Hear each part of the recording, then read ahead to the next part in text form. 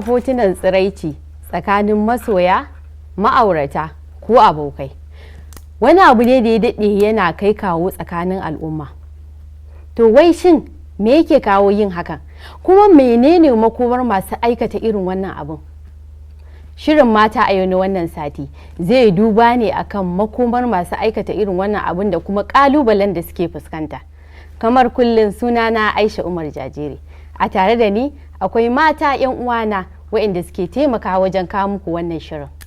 Assalamu alaikum 'yan uwana. Wa alaikum salam. Sannun mu da zuwa, ya muka bar gida. Alhamdulillah.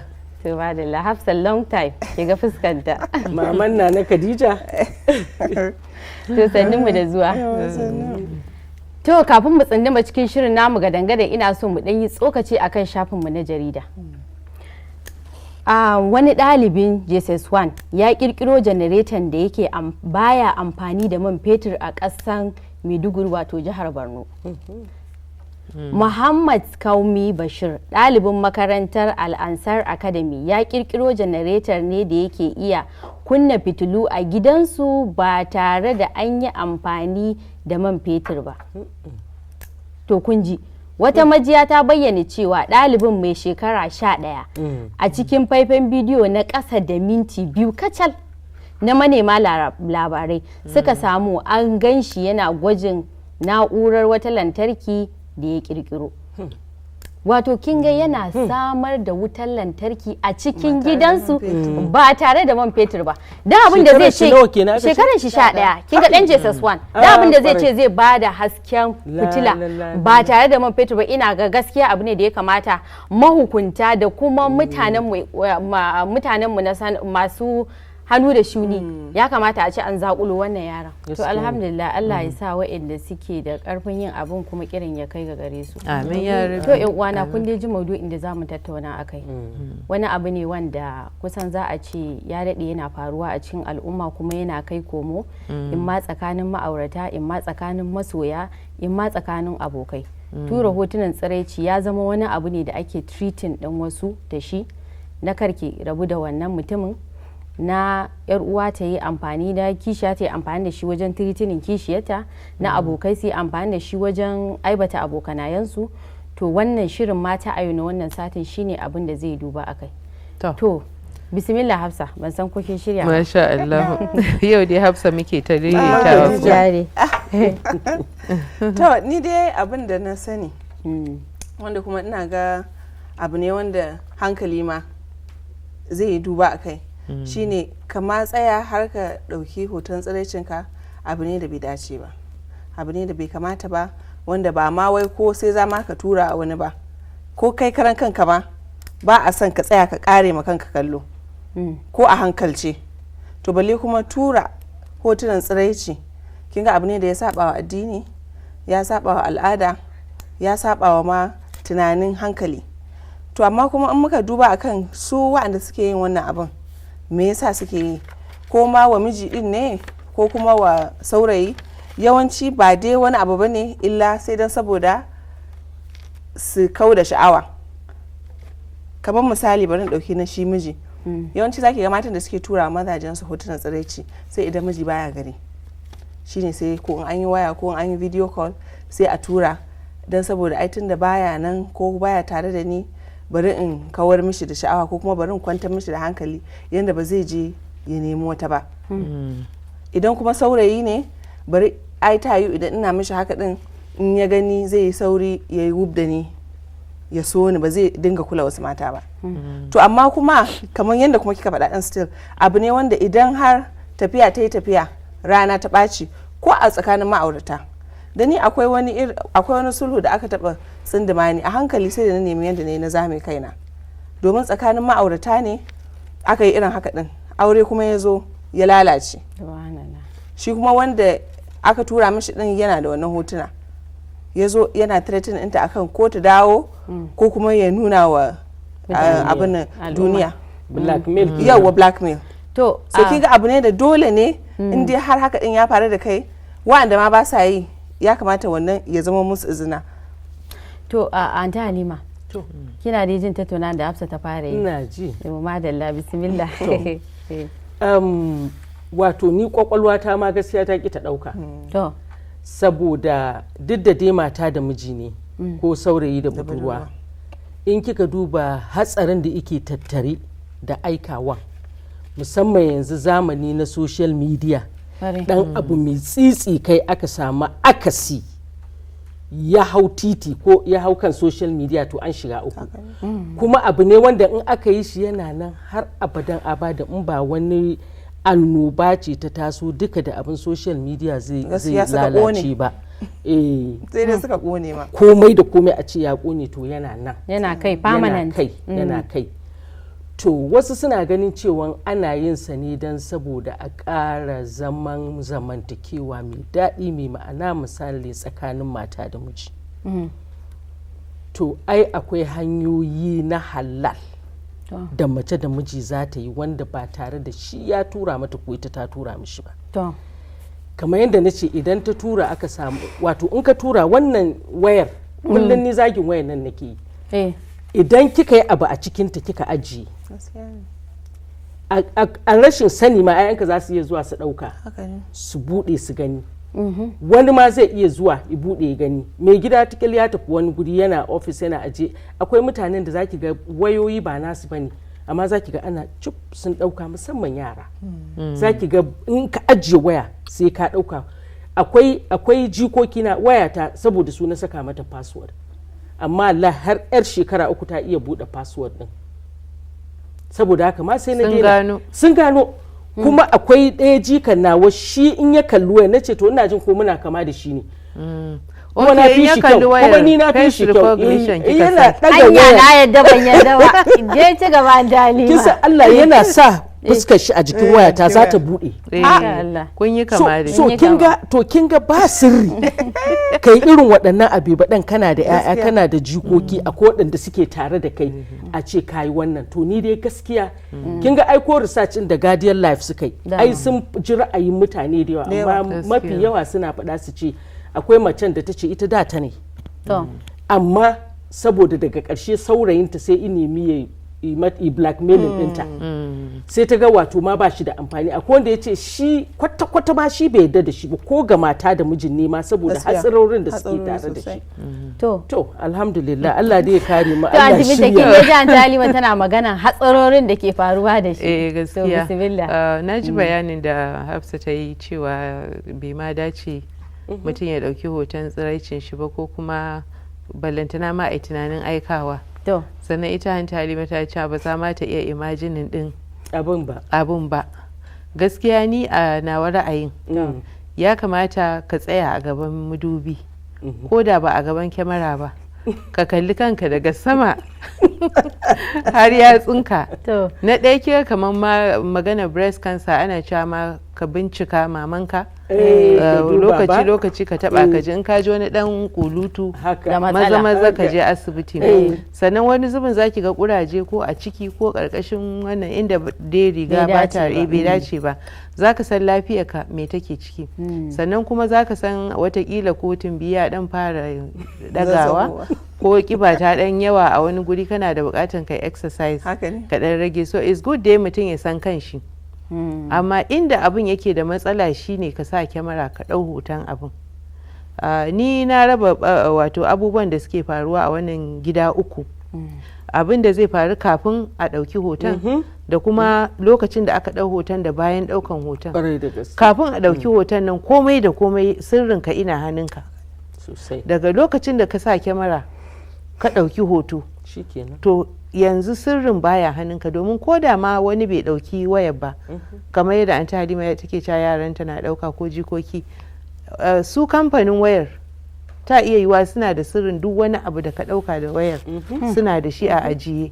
Kin ga baka ma san a duniya wa ke gani ba.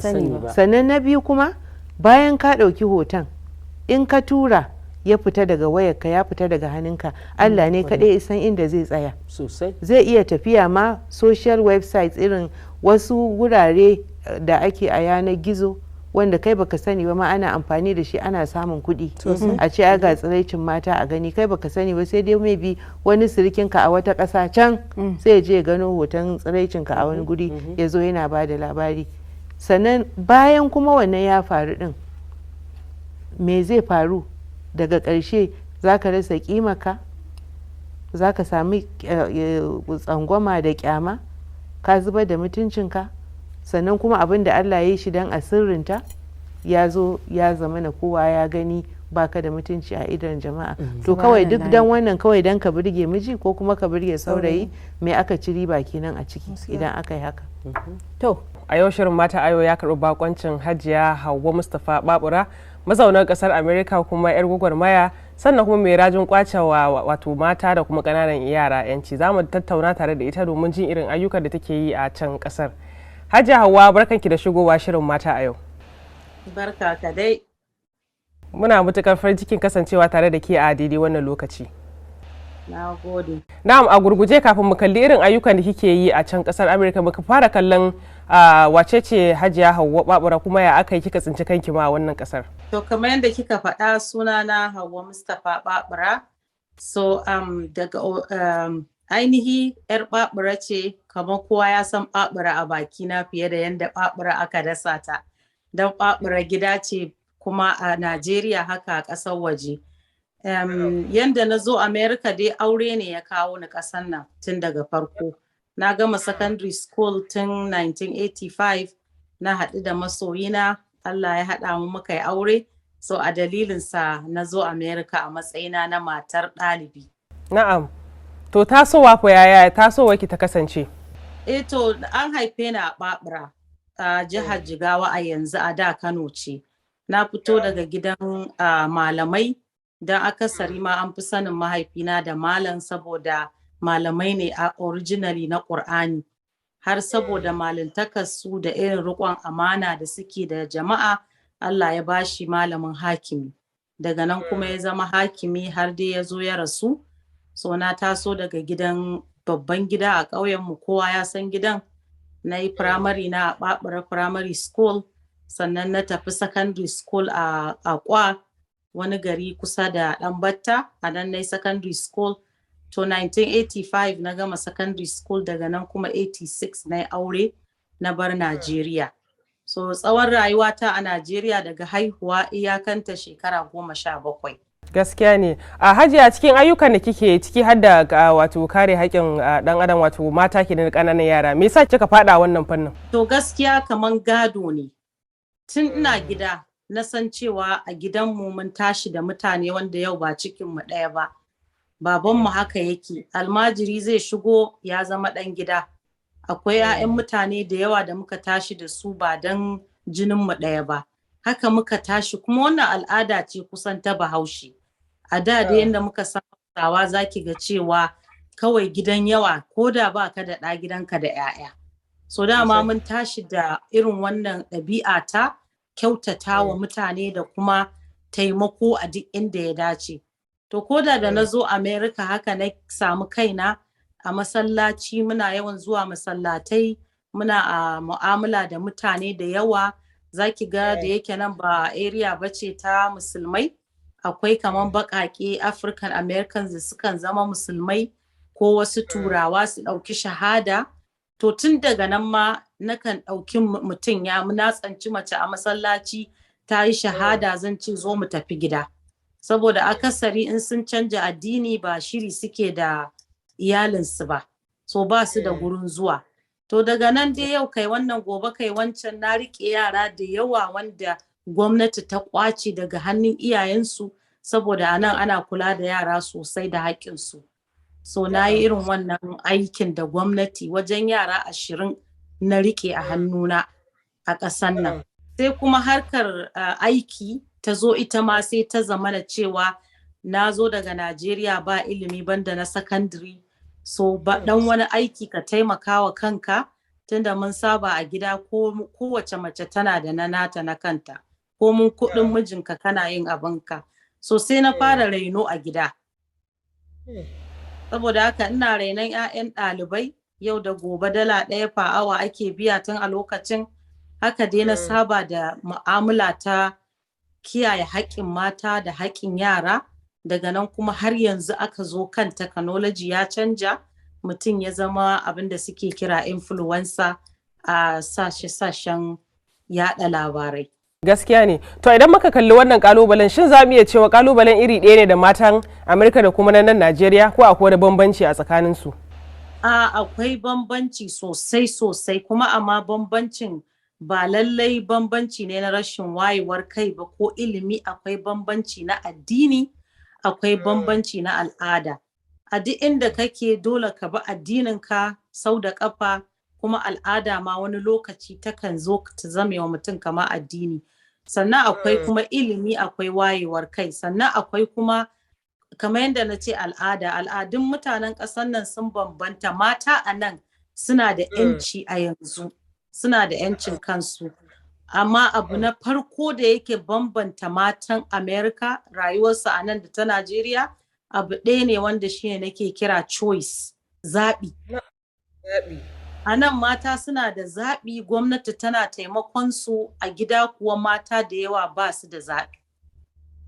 To wannan rashin samun zaɓi a rayuwa, kamar mace tana gidan aure sai dai ta yi ta haƙuri da rashin kirkin miji, alal misali, saboda batta da zaɓin inda za ta yi rayuwa mai kyau in bacin wannan gurin. 'Ya'yanta dole ta lura da su, ina za ta, to sai ki ga ta makale a gida. A nan kuwa gwamnati kanta za ta baka gida kyauta, abinci kyauta, kuɗi kyauta, 'ya'yanka asibiti kyauta. Akwai dai tallafi na wanda mace za ta iya fita daga kunci, ba lallai ta zama a gurbin kunci ba, alal misali kenan. Kasancewa a wato kida amfani da kafafen sada zumunta wajen isar da sakonki, wani irin abubuwa zaki ce kin koya ko kuma wani irin gudunmawa ma zaki ce shi wannan kafafen sada zumunta suka baki a wannan ayyukan da kike yi? Ba shakka ƙarin ilimi, ni kaina na ƙara ilimin fahimtar mu'amala da mutane. Baka zuwa ka ga mutum a cikin matsalolinsa ba gaira ba dalili ka ce kai ne ka fi kowa iyawa, kai za ka gyara masa, ba tare da ka binciki wane irin hali yake ciki ba, me ya haddasa halin nan, shin yana da hanyar fita ko babu. So wannan ita ce babban nasara da na samu akan karuwan ni kaina ilimina. Duk abin da nake ina karuwa da mutane, kuma ba babba ba har yaro yana iya taimako na, ƙara mun fahimta akan matsaloli da suke shafar more especially yaranmu a arewacin Najeriya. Mu dan yi batu mana akan kamar ilimin mata na yara, duba da cewa shi ma ilimi gaskiya ya taka muhimmin rawa a wannan ayyukan da kike yi. Me zaki ce game da ilimin mata, musamman yadda ake take musu haƙi a nan bangaren ƙasa ta Najeriya? Me zaki ce game da ilimin mata? Ai gaskiya ni ce ma mai magana akan ilimin mata, saboda daga inda na fito akan zuwa yanzu inda kike gani na, ba ma taɓa zata na yi tunanin wani zai ma yi ilimi da ya wuce sakandare ba. Shi yasa ko a sakandaren wasa ne ma a lokaci na a raina. Amma a yanzu da na san mahimmancin ilimi wajen tallafawa rayuwa musamman ta 'ya mace, ni kaina da nake a nan da ba abin da ba a bani a cikin gwamnatin Amerika nan ta tattalin rayuwata, a yanzu haka ina ilimin digiri na ƙarshe na likitanci a fannin yara. Ba wai likita asibiti ba, doctoral degree na a fannin tattalin rayuwar yara. To ni kam na tabbatar cewa inda za a tallafa wa mace ta sami ilimi, to kuwa za a sami gyara a gabaki ɗaya tattalin arzikin ƙasa, kowace ƙasa ce. Saboda mata suke haihuwa, suke tattalin yara tun suna yara har su girma. So da ilimi za su samu hanyoyi da koda da akwai matsala da za su san yadda za su gyara matsalolin nan. Idan ba su da ilimi, ba su da 'yanci, ba su ma da tunani a kwakwalwarsu na yadda za su yi, kuma ga zamani yana zuwan mana da abubuwa kala-kala. Saboda zamani da ya canza, ilimin 'ya mace ya riga ya zama dole a supporting, a tallafa mata. Ko da raya tattalin al'umma.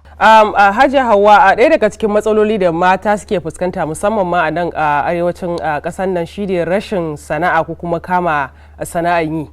Haka ɗin ma zai iya jawo matsaloli a zamantakewar aure. Wani irin kira zaki wa mata musamman ma na nan ƙasar akan su kama sana'a, kuma mazan nasu ma su ma su dinga ɗan tallafa musu, kuma su dinga taimaka musu domin ganin su ma matan nasu sana sana'o'i? Gaskiya wannan abin ya bani mamaki, saboda ni a tashi na a rayuwata daga ƙauye abin da na sani shine kowace mace ko a ƙauye da na tashi a lokacin da na tashi ina yarinya ta mata jarumai ne wajen sana'a. A gidanmu ma zan ga mutane suna koda sukari ne za su auno su zuba shi a ƙananan leda su ƙuƙƙulla shi su sa a ƙofar gida ko su kai gurin masu tireda. Tuntuni kananzir haka zaki ga mata suna siyowa su siyar a gida. Su sai da wannan su sai da wancan, kowace mace tana sana'a ko mun kuma kuɗin mijinka kana yin sana'arka. To amma yanzu sai na zo nake jin kuma labarai da abubuwa kan cewa sana'o'in mata sun yi ƙasa. To ni kaina ina bincike in ga meye ya faru ga wannan lamari har ga mata suka samu ci baya wajen sana'a. Ta yiwu mazan ne ba sa yadda matansu su riƙe sana'a, amma da na zo na yi research na tambaya don muna magana da mutane sai na fahimta cewar akwai matsaloli ne wajen sanin yadda za ka sarrafa sana'ar taka ta ɗore. To mata a jihohinmu suna neman buƙatar koya musu ba sana'a ce babu ba, sana'a ce ba ta ɗorewa saboda zamani ya canza. Mutane suna son abu mai inganci. Sannan babu me ake kira competition. Idan yau ina soya alkaki da nakiya ba zan iya tsaftace su ba in saka su a kyalkyale abin sha'awa, wannan ita tana yi dole na wannan za a je a siya. So ba wai jarin ne babu ba, a'a shi kanshi kasuwancin ɗorewarsa ita ce take wa mata wahala. Gaskiya ne. Hajiya Hauwa godiya muke kwarai da gaske, amma kuma kafin ki tafi shin akwai wani abu da in kika tuna da shi, wani abun farin ciki da in kika tuna da shi kina Allah ya da miki da shi, kuma sabanin haka wani abun bakin ciki da in kika tuna har ba kya son ki dinga tunawa? Abin da yake saka ni farin ciki yake saka ni in tashi da safe da murna in koma bacci is tunanin wataran zan dawo ƙasata, jihata, cikin al'ummata in taimake su da iya ilimin da Allah ya bani. Wannan tunani shi yake sa ni kullum nake tashi nake ƙoƙari in fita in aiki, in dawo gida har in shiga social media, kafafen yada labarai, in ci gaba da mu'amala da mutane na. Babban abin da yake sa ni baƙin ciki kuma shine ganin yadda yau ƙasarmu da jihohinmu suka tsinci kansu a wannan zamani na rashin tsaro. Wannan ya fi cin min tuwo a ƙwarya fiye da komai a rayuwa. Amma kuma a gurguje ga ki ga matar jihar wannan kasar, ko kuma in ce ga mata dan gaba ɗaya Najeriya suna kallon ki a daidai wannan lokaci, da mata da matasa, me za ki gaya musu a daidai wannan lokaci? Menene sakonki na ƙarshe? A yanzu kan babu wani sako da zaka ba wa mace ko namiji ko wani dai ɗan adam a Najeriya ko a jihohinmu na Arewa, face ya tashi tsaye, ya jajirce, ya zauna akan ragamar gaskiya wajen tantance shugabanni nagari a wajen zaɓe. Mata ku fita ku yi zaɓe, kar ku zauna a gida. Shawara ta kenan da kirana ga dukkan al'umma, amma ku tabbatar kun zaɓen mana nagari. Gaskiya ne. To Allah ya zaɓen mana nagari gaba ɗaya. Godiya muke kwarai da gaske Hajiya Hauwa, mun gode kwarai da gaske. Har ba son mu rabu da ke, amma babu yadda za mu yi, lokaci ya ɗaga mana hannu. Muna alfahari da ke kwarai da gaske. A gaida yara kuma a gaida gida. Salamu alaikum. Wa alaikum salam. Masu kallo duka yadda hirar mu ta kasance kenan tare da yar gwagwarmaya mai haƙin kare haƙin mata da kuma ƙananan yara mazaunar ƙasar Amerika, wato Hajiya Hauwa Mustapha Babura. Muka tattauna tare da ita. Da fatan ku ji daɗin kasancewa tare da mu, kuma irin shawarwarin ta ba mata da ma matasa za a ɗauka domin a yi amfani da su. To kun dai ji matar nan ni gaskiya dama ina following inta sosai ba kaɗan ba. Gaskiya yar gwagwarmaya ce wacce tana yawan faɗan cewa da son samu ita a Najeriya take, za ta yi abubuwa da yawa, amma fa kuma yanzu ma a haka da take can tana turo kayayyaki na taimako, tana abubuwa. Abin da zai baki mamaki, sai abu ya faru da wanda yake Najeriya, amma kiga ita za ta fara posting, mu ba mu san da shi ba. Kiga an mata DM, an ta Hauwa kin ga kaza da kaza ya faru, kiga tana posting ta. Bana manta akwai lokacin da na taba gani wani blogger ya mata magana akan cewa abubuwan da kike yawan posting din nan fa ki rage, kar Instagram si taking dinki down. Tace gwanda ai taking din ta down da wannan abubuwan da yake faruwa, ba za ta ci gaba da posting tana fada akan abin da yake faruwa ba. Ita abin yana ci mata tuwo a ƙwarya. To kin gani abin da na ɗauka a maganarta tunda akwai maganar child development da take yi so ni kuma sai na kallo shi a ɓangaren tarbiyya sai na haɗa shi da wannan maudu'in da muke tattaunawa yau wanda tun farko tun yara suna ƙanana ya kamata su samu tarbiyya to ni ta nan na yo hangen wannan tattaunawa nata da aka yi tana ba da hidima akan tarbiyya. Ni inda ta burge ni gaskiya yawanci zaki ga mutum yana son abu a ran shi amma sai ta barin shi har sai ma ya fita shekara da shekaru amma ita tunda ta nuna tana son tarbiyyar da yara sai ma daga mai reno fa har Allah Ubangiji ya ɗaukaka ta zo har yanzu PhD ma take yi kuma akan dai wannan abin take karatu. Kin ga wannan in kin tuno wata hira da muka yi akan role model muke cewa ai jajircewa akan turbar da mutum yake da ra'ayi ko kuma sha'awa akai shine abin koyo. Kin ga ita ma ta zama abin koyo kenan ga sauran mata. Ni dai a gurguje sai dai in ce ni abin da ke burge ni da ita shine kishin kasa. Saboda arewa muna da karancin wannan. So wannan gaskiya yana burge ni sosai, tana da kishin arewa. To da kika yi wannan magana tana da kishin arewa yanzu teburin namu zai karkata ne wajen teburin faɗi ra'ayinka. To fa wa'iga kuma dole ne kowa sai ya faɗa mana wannan ra'ayin nashi don ra'ayi ne matuƙa mai matuƙar muhimmanci da ni ma ina son ji gaba ɗaya. Mu ma muna son jin naki. To wai shin ina son fara da ta Halima. A to ai kin san ko ban dole a ga farawa da ni yanzu sai tashi daga wannan teburin in gudu. A ba za ki gudu ba kina nan ba inda zaki da sai kalkala da gudu in gudu. Ba inda zaki je kina nan tare da ba. Dauka antimin ta ce za ta fara. To mu tsaya ba mu ji tambayar ma wani cikin. Ai tsoron a kin sa Halima akwai tsoron jin tambaya. Ai ni ba na jin tsoro, ai ni kafin ki ga abin da zai tsorata ni kuma mai Aisha za ta zo mana da shi. Wato ina son in ji wai shin wani irin abu ne wanda kuka taba yi na soyayya wanda ya zama ne cewa wani abu ne na faɗa a ji wanda kuma in kuka faɗa al'umma za su ce wow, wani irin abu ne wanda kai kanka baka taɓa manta da shi. To na farko dai na farko tun 1979 aka yi mun aure. Iye? Saboda haka tun ina shekara 16 aka yi mun aure. To kin san ku akwai abubuwa da yawa. Akwai ta Halima. A ba mu to guda daya. Abun tasowar kuruciya. In mai gidan ya fita saboda ina so in burge shi tunda shi ma duk abin da zai burge ni sa ni in ji daɗi ya nemi. Sai wata rana ya fita na ce to bari ni ma dai yau in burge shi. Na ɗebi kayan wankin shi na wanke. Na goge na ajiye. Da ya zo ya ce kai amma kin yi kokari sai ya daga ice amma ba haka ake kalmasan wando a guga ba wannan kwalar da tinta to wannan abu ya mun ciwo saboda kin ji jiki wai ke kuma burgewa wani kuma burgewa ne irin I love one tintin din nan to sai kuma abin ya zo ga haka to yana ɗaya daga cikin abin baɗan da nake cewa na yarinta na wauta wanda ka nuna mutum so to yana ɗaya daga cikin akwai kamar yadda kuka ce da yawa 1970 na zuwa yanzu ba ya shi kansa episode ma ya kamata a yi miki akan wani. To Aunty Binta bismillah muna son mu ji naki. To gaskiya ni ba su da yawa ne shekarun auren ni ma a 16 ne auren gaskiya to akwai shekaru da yawa amma dai tun da tambaya ki ya ce wani abu ne ka yi wanda ya danganci ko ya jibanci kamar dan shashanci saboda ka shiga wato kaifin soyayya tana ɗiban ka gaskiya ina ga lokacin ina amarya ne to kin san yawanci ni da yake mijina likita ne suna fita aikin dare a lokacin da muka aure yana yaran likita so ana iya kiran shi call duty din nan to ya fita kusan karfe 3 na dare yana da patient sai kawai irin sai bacci ya dauke mu sai nake ta tunani ce yanzu idan ko barayi suka tare shi ko mota ta bige shi ko wani abu sai a zo a ce mijinki fa ya mutu wai fa bai mutum ba fa kawai ra'ayin ne fa izo min akai ina tsoron fa nake kawai sai na zauna na rika rusa kuka an ga yanzu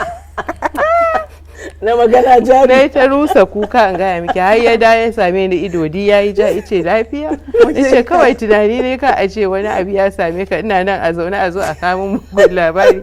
Ya ce to ki addu'a mana ki alwala ki na filoli. Maimakon wannan kuka na ce yau kai min soyayya yana ɗiba na kuma. Gaskiya ne to Hafsa. Amma yanzu ai kin ga ai bacci na nake yi. Haka ake tafiya ai. Gaskiya ne. Yanzu ke ce. A ke dai ji Hafsa sai mun je da haka ake tafiya. Kuna kuma da zai daɗi. Wallahi har yanzu ana ne na sabo ba maganar daɗi. Ni da abin da ne lokacin an samu rana. To. Mai gidana zai zo zance. Zai zo zance. Zai zo daga Kano kenan kin gani ina Kaduna. To dama akwai wani lemu wanda yanzu kin ga duk Hausawa ma suna yin shi amma yanci ai ba na Hausa bane wannan lemun tsamiyan nan to yan Maiduguri suna ce mishi ardep to yana to shine sai muka taba hiran shine sai ce ai su ma suna yi a gidansu akwai daɗi yana so sai na tambayi mamu duk ta gaya min yanda ake yi to shi ardep kin san zaki dafa tsamiya ne da sussuga da kayan kanshi da barkono da komai in ya tafasa ki tace sai ki abin nan sai na je na zuba barkono da yawa na zuba barkono ni ban san da na ji kanshin ni ma kaina maman mu tana sama ma ana bude kofar kicin tari lafiya mai kike da ba haka na ce ardef nake na gama ardef na tace na sa a jog yayi sanyi na faffasa kankara da ya zo abin da na fara bashi kenan to ai dai in gaya miki ma sauran abincin da na ma bai ciwo ba saboda daga wannan lokacin kawai sai ciki ya kada ya fita wallacin ardaf yayi yaji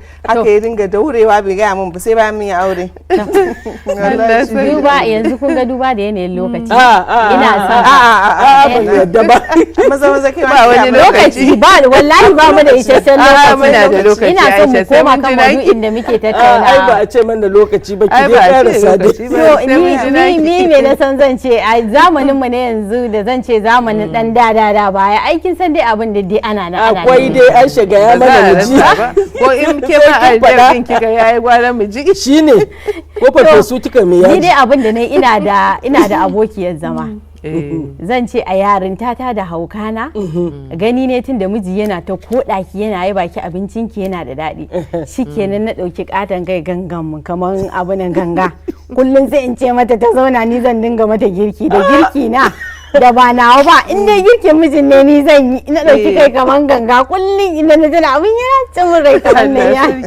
na dinga mai girki na yi wa abu kaman kuku da yake kama ka na zama dama a girki ko a lokacin ma amare haka ne dama amma yanzu ba za ki ita kuma dabara irin na mata ta dinga ce mun kai kina da kokari yarinyar ki ta girki kin huta da ita ba dai gigin soyayya ne yake iban ki ne ta girki kamar wata kuku to idan muka yi duba da muka koma kan maudu'in da muke tattaunawa based on ni binciken da na gudanar shine sai suka fara cewa na farko wai shin menene zai sa ka fara turawa masoyinka ko abokin zamanka hotuna na farko akwai abubuwan da ya kamata kai la'akari da su kai tunani akai kafin ka tura wannan hotuna sai suka fara da cewa na ɗaya ka rika yi wa masoyinka tunanin cewa shi ma mutum ne dan adam kaman kai zai iya yin kuskure ya tura ba tare da ya sani ba kamar yanzu misali wasu da suke saka status ba tare da sun sani ba daga baya sai a kira su a ce kai kin ga ku abin da kika saki maza ki goge kin ga akwai wannan na biyu kin ga suka ce ka rika tunanin partner ɗinka a matsayin dan adam ne shi is not perfect komai zai iya fitowa yanzu zai iya canza ra'ayin shi a kanka yayi kokari kuma ya wani abin da za a zo ana da na sani na uku suka ce partner ɗinka zai iya treating ɗinka soyayya kin sai yana koma iyayya shi yasa aka ce idan kana son mutum ka so shi daidai gwargwado in kana kin shi ka shi daidai gwargwado to idan wannan abin suka ce ya kasance a tsakaninku zai iya zama na wannan yayi treating ɗinka da shi ya je yana zagaya yana cutar da kai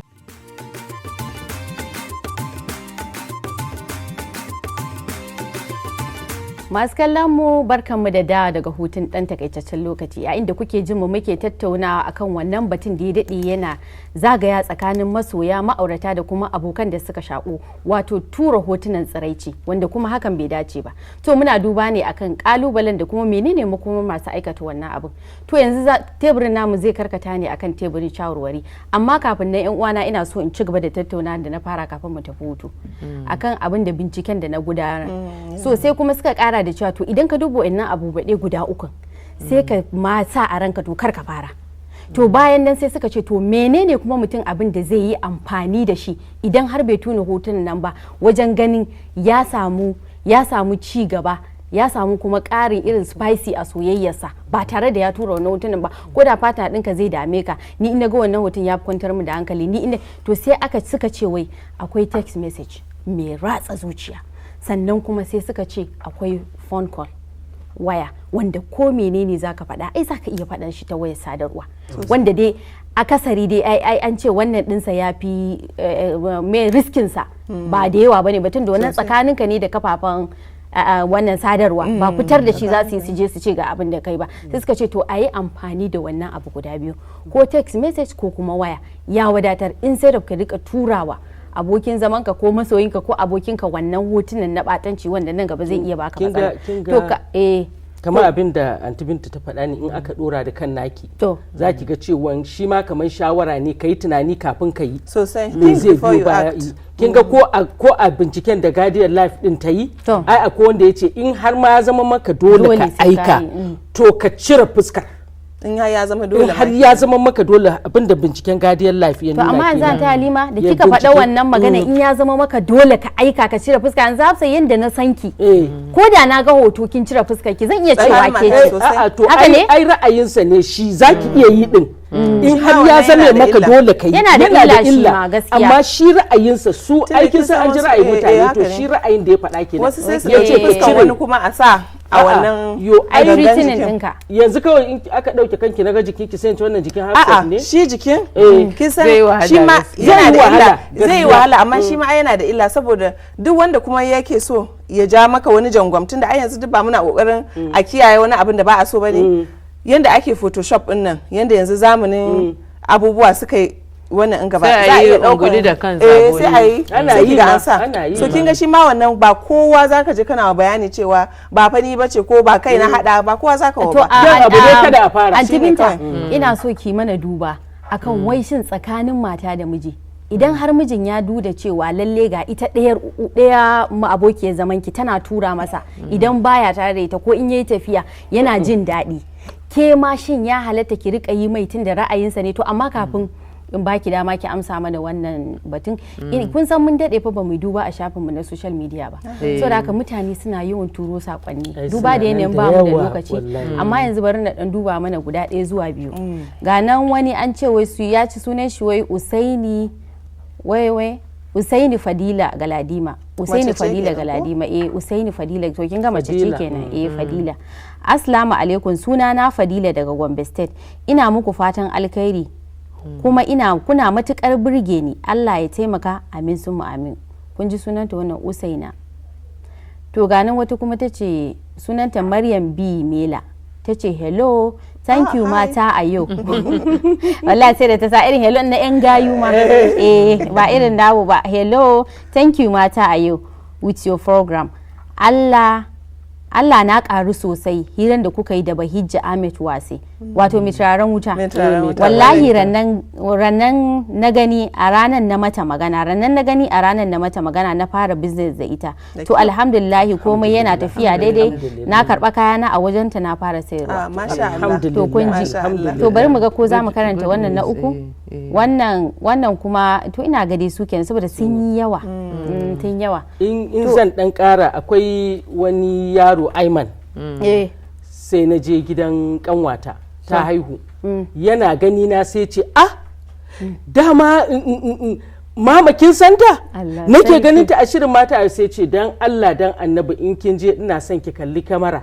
ki ce Aiman yana gaishe ku duka na kuma masa alƙawari ya kuma yi tambaya guda daya na ce ba zan iya ansa maka wannan tambayar ba sai na yi magana da shugaban shirin da ansar da ta ban ni kuma na yi alƙawari zan kira ka in faɗa maka sunan shi Aiman dan kanwata dan muna godiya Aiman to anti Binta muna godiya kin ji wannan tambayar da na cillo muke mai matukar muhimmanci kin ga zaki ga wasu matan ana zo ne amma na kuma sai ki ga abin da ɗaya take kaman shine cin galaba na tura wannan hotunan ita ma sai ta ga shine abin da ya dace dan ta yi ta samu karɓuwar mijin to ya kika gani to ni dai amsa da zan iya bayarwa shine ina fatan dai ta je tattaunawa da aka fara lokacin da aka shigo da maudu'in da irin gudunmawa da mutane suka bayar ko ma wace irin bukata kake da ita ko me kake so ka cimma na aika hotonka ya fita daga cikin kamararka ka san hadarin da kake sa kanka a ciki kuma shi zamantakewa ta aure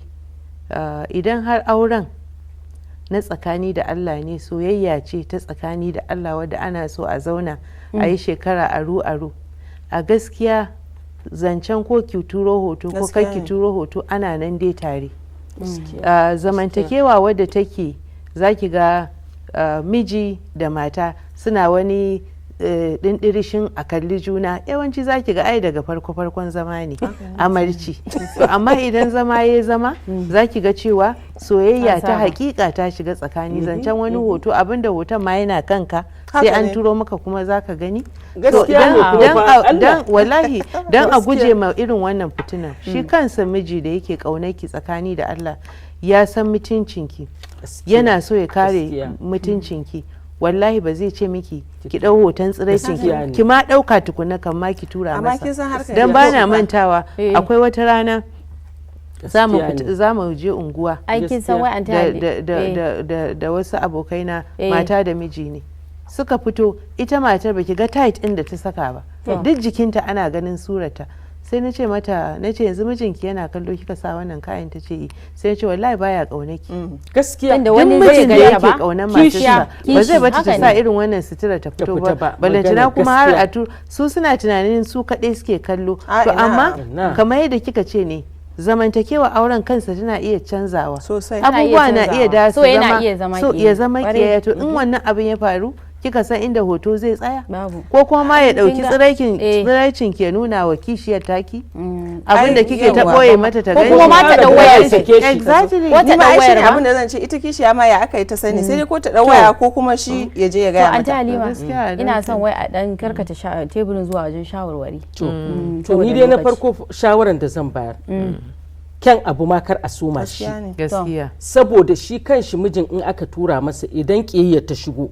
ko rabuwar aure ta zo zai iya mata illa saboda haka kamar yadda anti Binta ta ce ne idan an yi aure saboda Allah an saka shi akan tafarkin da aka shimfiɗa mana na tsakani da Allah to bai kamata ma ka ce ta tura maka ba ko kuma bai kamata mace ta ce mijinta ya tura mata ba saboda haka abinda ma'aurata za su yi ku haƙura in an zo ɗaki duk abin da kake so ka gani ko duk abin da kike so ki gani amma ba a kamera ba a waya ba saboda illolinsa sun fi fa'idojin yawa kusan ma ba ki da wani fa'ida saboda haka ai hattara mu kula to ni bayan ma wannan barazanan da ake iya maka ai akwai batan waya akwai sace waya sosai wanda duk ana in ba ma dan yanzu kamar a ce irin masu iPhone wanda ko da wayanka ya bata sai babu ma yanda za a yi mutum ya shiga ciki amma kin ga sauran wayoyi ai da akwai su sai ki ga hoto amma baki da password to kuma sai in baka da password sai ki ga hoto ya shiga hannun wanda baka ma san shi ba zai zo kuma ya zama yana shugabantanka akan wannan dan bana manta irin wannan abu ai ya taɓa faruwa da dadewa akan wata mata ita ma shigen irin haka waya daga lalacewa wurin gyara an gyara waya abu ya zo kuma duk ya bazu daga haka wannan abun kuma ya zo ya jawo dai cece ku ce da abubuwa haka da yawa to kin ga wannan ma ko masu kai caji da zaran ma an sace waya shikenan tashin hankali ya faru bayan wannan kuma wa'anda irin haka in yake faruwa da su yana iya sa musu cutan damuwa dan blackmailing kullum a ce ka kawo kuɗi ko kuma ana threatening ka yau da gobe zaka iya shiga cikin cutan damuwa wanda cutan damuwa kuma kowa ya san cewa yana da illoli da yawa, har da ma mutum zai zo yana yunkurin ya ɗauki ran shi. Kin ga wanda duk duba abin da ya fara, shi sa yanda Hajiya ta faɗa ne kan ma a fara, domin in ka san farkon abu baka san karshen shi ba. Gaskiya. To ni dai shawarar da zan bayar shine ko da za mu kwana a nan muna ba da shawara kada a soma mu yi la'akari da cewa a kowanda kunnen kashi ne da su ba ji suke yi ba sai sun yi. Kin san idan ana wannan, shi sa ina ga lokacin da muka dan yi nishadi ma muka yi nishadi akan a wani irin shashanci ka taba aikatawa saboda gigin soyayya yana ɗibaka. To a kowanda su ma za su iya kasance a wannan halin da muka kasance ba sa jin kira. To in har aka aikata din mutum ya ɗauki hoton tsiraici na wata mata ko wadda yake nema da aure ko wadda yake nema ko ma da shashanci ne ko kuma matarsa har aka yada ko aka je aka kai wani don a karbi kuɗi ko aka saka a yanar gizo ko aka wannan abin la'akari shine mutane su san cewa akwai dokar ƙasa wadda ta hana wannan, ta haramta shi. Kuma ba zama zaki, domin akwai wadda aka kamun ita na wani kes wanda wani ne yake neman wata mata kuma yana da wata matar a gida ko da aure ne ko da me ba a sani ba dai, amma dai sai ya je suna tare sai suka rika daukan hoton kansu duk abin da suke sai su dau hoto, to sai su rika kallon hoton bayan sun rabu, shi kuma yana tare da ɗaya matar. So da yaki aurenta ita kuma sai ta ɗauko wannan bidiyo din sai ta kawo matar shi wai ta ga abubuwan da suka rika yi da ita.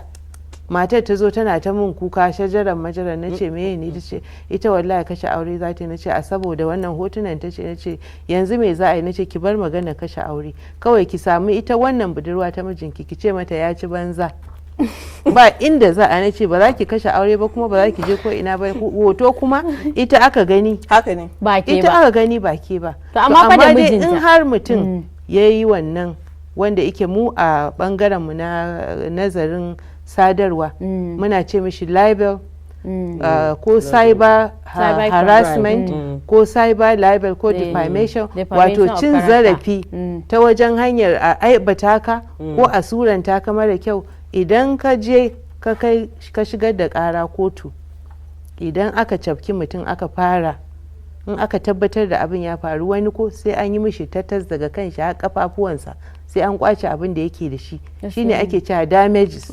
Idan aka tashi biyan ka damages, wanda bai da ko naira ɗaya sai a ce baki miliyan ɗaya a matsayin damage. To kamar dai yadda kika karasa ba da shawarar naki gabaki na ƙarshe wanda kika ce defamation of character din, wato wani babban abu ne wanda a ƙasa ana mugun mahimmanta sa, ba a son cin zarafin dan uwa.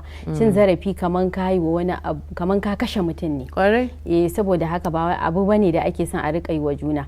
Sannan ni kuma a shawarar da zan bayar shine gaskiya na fi karkata akan shawarar nan dai da aka ce idan ya zama dole, idan ba a tare ana so a yi waya ko a yi wani abu, to a yi waya ko a yi text message. Ni dai kawai wannan shine shawarata. Ko a haƙura har sai lokacin ya ga video call ma, wallahi ga video call. To yan uwana, daga haka shirin namu ya zo ƙarshe, ba dan mun so ba sai dan lokaci. To masu kallon mu, daga haka shirin mata a yau na wannan satin ya zo ƙarshe. Ku kasance tare da mu a wani makon insha Allahu idan Allah ya kai mu. A madadina da na jagoran shirin da kuma yan uwana muke muku bisalam.